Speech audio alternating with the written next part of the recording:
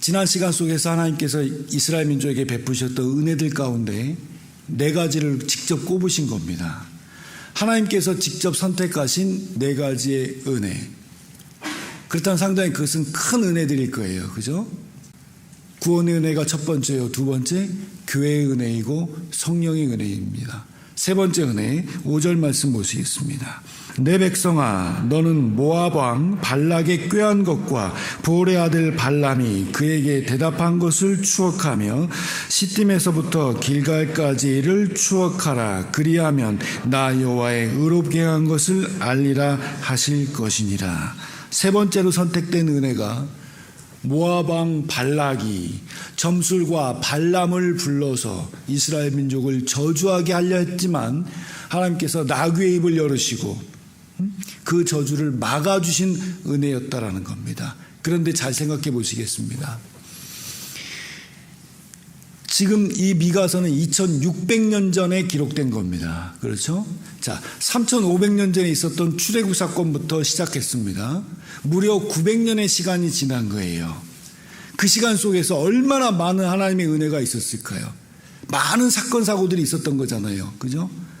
그러면 하나님이 그 중에 몇 가지 선택했다면 대단한 것이어야 할 텐데 어떻게 생각하면 고작 그 발람의 저주를 막아주신 것 엄밀하게 별로 큰 사건은 아닐 수 있겠습니다. 어떻게 생각하십니까? 오히려 이거보다 더 큰 것은 뭐가 있을까요? 여호수아가 전쟁하러 나갈 때 하나님 해 좀 멈춰주십시오. 하나님 해 스톱. 오히려 그게 훨씬 더 큰 거 아닐까요? 그죠? 근데 그런 건 기록 않고 오히려 우리 볼 때 작은 걸 기록해 놓으셨습니다. 왜 그럴까 한번 묵상해 봤습니다. 자, 이게 어떤 의미를 가지고 있을까? 발락 왕이 발람을 불러서 저주하려고 할 때 이스라엘 민족이 그것을 알았을까요? 몰랐을까요? 전혀 모르고 있었다는 겁니다. 자기를 해치려는 어떠한 계획이 이루어지고 있다는 걸 이스라엘 민족은 알지도 못했던 거예요. 그 위험을 느끼지도 못했던 겁니다. 그러니 당연히 하나님 도와주세요. 하나님 우리를 지켜주세요. 그런 기도 간구 전혀 없었음에도 불구하고 하나님이 일방적으로 자기의 뜻에 의해서 이스라엘 민족을 보호해주고 계셨다라는 겁니다. 그게 큰 은혜였던 거예요. 우리도 마찬가지지 않습니까? 비상이라는 게 무슨 뜻이죠?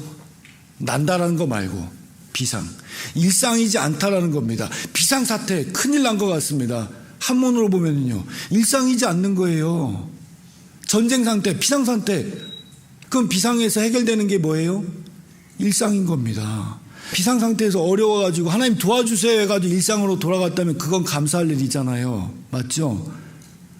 그 말은 우리가 일상의 삶을 이렇게 유지하고 있다는 게 더 큰 은혜라는 거예요. 왜? 우리 주변에는 항상 사고의 위험이 있고요. 질병의 위험이 있지 않습니까?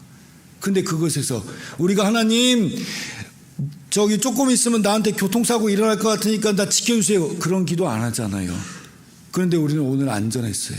그게 큰 은혜예요. 우리가 비록 못 느끼고 있을지라도 그게 은혜인 거예요. 지켜주고 계신 겁니다. 설사 우리가 못 느끼고 기도하지 않고 있는 중에도 말입니다.